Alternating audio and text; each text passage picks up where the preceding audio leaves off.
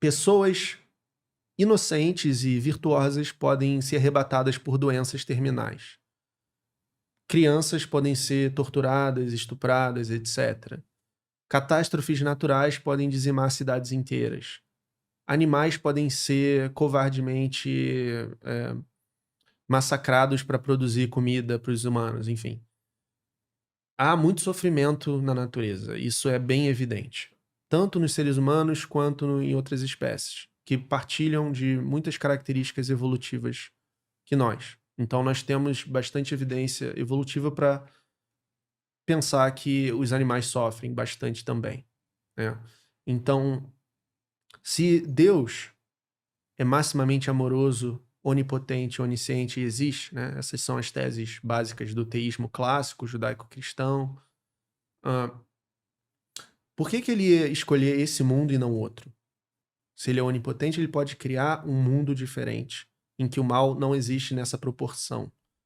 Agostinho de Hipona, vários outros teólogos vão argumentar que o mal é necessário para que o ser humano possa evoluir espiritualmente. Essas são teodiceias, que são obras que visam defender Deus contra a argumentação do problema do mal, dizer que Deus não é a causa do mal. Você acha que esse argumento de Agostinho de que o mal é criado para evoluir espiritualmente a gente não faz sentido? Eu acho que ele é um bom argumento, ele é sofisticado e tem várias vertentes desse argumento. Tem um filósofo recente chamado John Hick que construiu uma teodiceia com base nisso, de maneira contemporânea.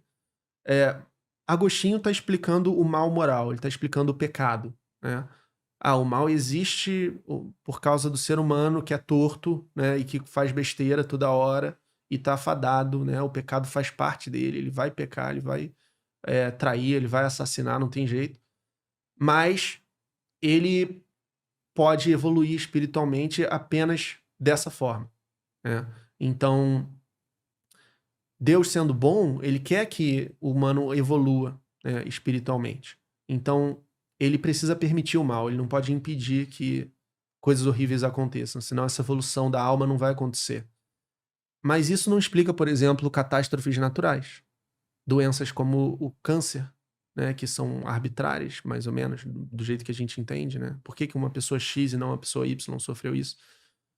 Aí tem um outro argumento agostiniano que é, não, mas tem um bem maior que você não compreende. É o que a gente estava falando do plano de Deus. Você não sabe o que Deus sabe. Então você não pode dizer que seria melhor um mundo sem isso, sem o câncer. Talvez o mundo melhor possível seja com o câncer. Porque só assim tem um bem maior que só Deus entende. Estranho, no mínimo, para nossa racionalidade. Mas veja, precisa mesmo das formigas que escravizam umas às outras? Precisa mesmo das presas dos animais que parecem ser desenhados para causar um sofrimento no outro durante a predação, né? A própria predação, a seleção natural, por que Deus vai escolher isso? Né? Por que por milhões de anos os dinossauros precisaram, né? Os dinossauros, outras espécies precisaram sofrer, aí sim vem o ser humano para evoluir espiritualmente com a alma imortal. Mas aí os Não cristãos vão parece dizer que plausível. os animais não têm alma, né? Pois é, mas aí eu volto para o que eu já tinha colocado. A gente tem evidências de que a gente partilha de muitas características evolutivas com os animais, então, e nós somos também, né?